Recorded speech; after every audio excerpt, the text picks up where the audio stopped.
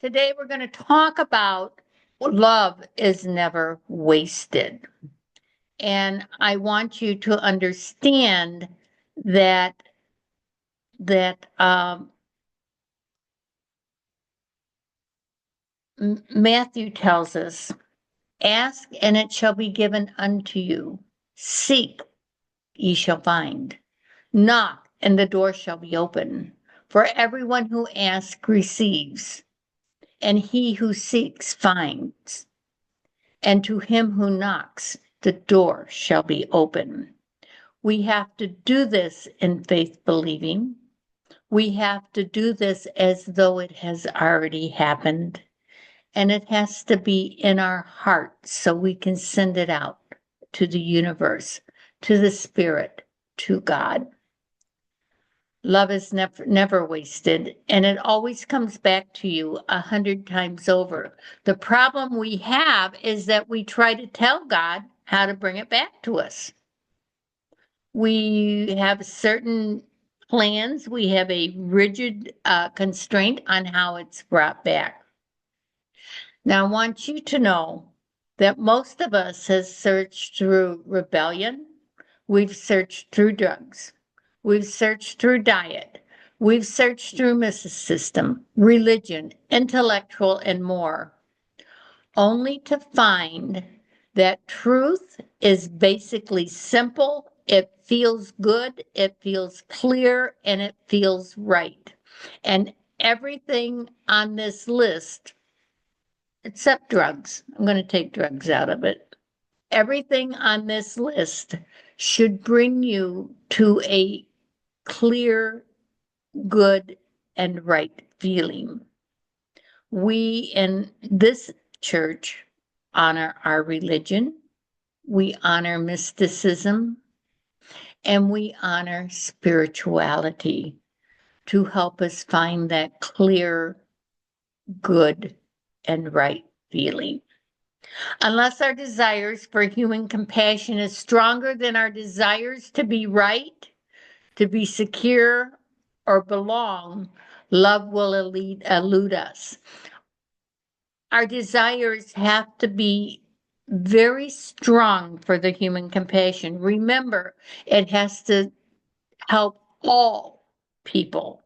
We have to keep everybody in mind when we ask. We don't ask for a job to take a job away from somebody else. If you want a job and you don't see an opportunity, create a path for it and be secure in the path you create, because it'll help you belong and it will help you to love so it doesn't elude you. We cannot not honor others for our desire. How was the principle set by the master? Thou hast read, thou shalt do this or that, but I say unto you, it is the mind, it is the attitude that counts. Now that's kind of paraphrasing something Jesus said. One may hurt just as much with a look as with words. We don't want to hurt people on our way. We want to be able to create things that are good for all. After all, when we were given our gifts, God said that it was for all to go out and heal all. So we must adhere to that principle. Family life can be sustained by a spirit of love which goes beyond justice. Sometimes what's right and what's wrong is in conflict with love. So we have to understand that love is the priority commandment. I've seen it in many times in divorce where women get a whole lot from men or men get a whole lot from women. And sometimes it just doesn't feel right in your heart when you see what happens, but it's the law, so it's okay. We need to follow our hearts. It takes more courage to reveal our insecurities. Our insecurities limit us It takes courage to let others know and for us to face our insecurities. It takes more strength to relate to people than to dominate them. When we dominate somebody, we tell them, if you don't do what I tell you to do, there will be a punishment involved. When we relate to people somehow or another, we are able to get understanding of where they're coming from. Now, that doesn't mean where they're coming from is going to agree with us. And sometimes it doesn't mean it's going to be enlightened by all. But at least we've got an understanding, and understanding kind of melts away a lot of tension. And then we can show them a new way. Telling them doesn't work. We have to live the new way. It, toughness is in the soul and in the spirit, not in our muscles. We've got to remember that. Sometimes it looks like people are weak and they're really quite strong. We show people how to live by our day-to-day practices. Somebody is around somebody for a long time, and you will see a way to live. People fight fire with fire, usually end up with the ashes. Sometimes it looks like that's the only way we can fight, and maybe it is, but we are told a different way. The first and most difficult risk we can take is to be honest with ourselves. That's one of the hardest things we do, is to be honest with ourselves. And it takes a risk because that means we might have to change.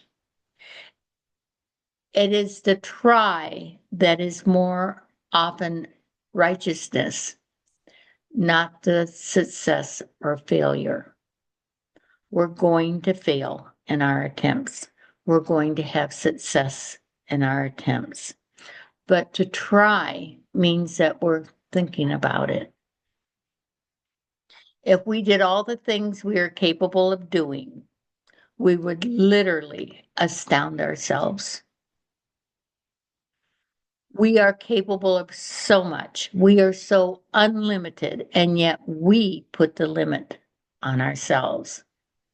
Thinking will not cure fear. Action is what cures fear. You can think about it and think about it and think about it, and that's not going to cure your fear. You must take action into that unknown world, into that unknown issue, in order to start working with it. If we all did the things we were capable of doing, we would just astound ourselves. We really, really would. And people who make the biggest mistakes, they're often the holiest people, because they go out there and they try and they know, well, this didn't work. We'll try something else. They really do try.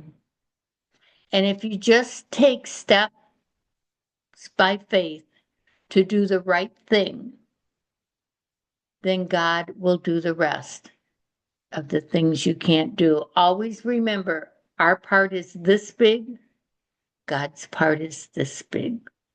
The Spirit will step in. If we do our part, the Spirit steps in. For it's only in love that somebody can become aware of the closeness of relationships to the creative forces or God. We must stay aware of those creative forces. We must understand that it's through love is how we get to the closeness.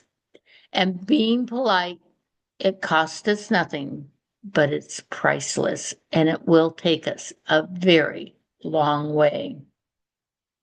And remember, no matter what your problem, God is still the answer.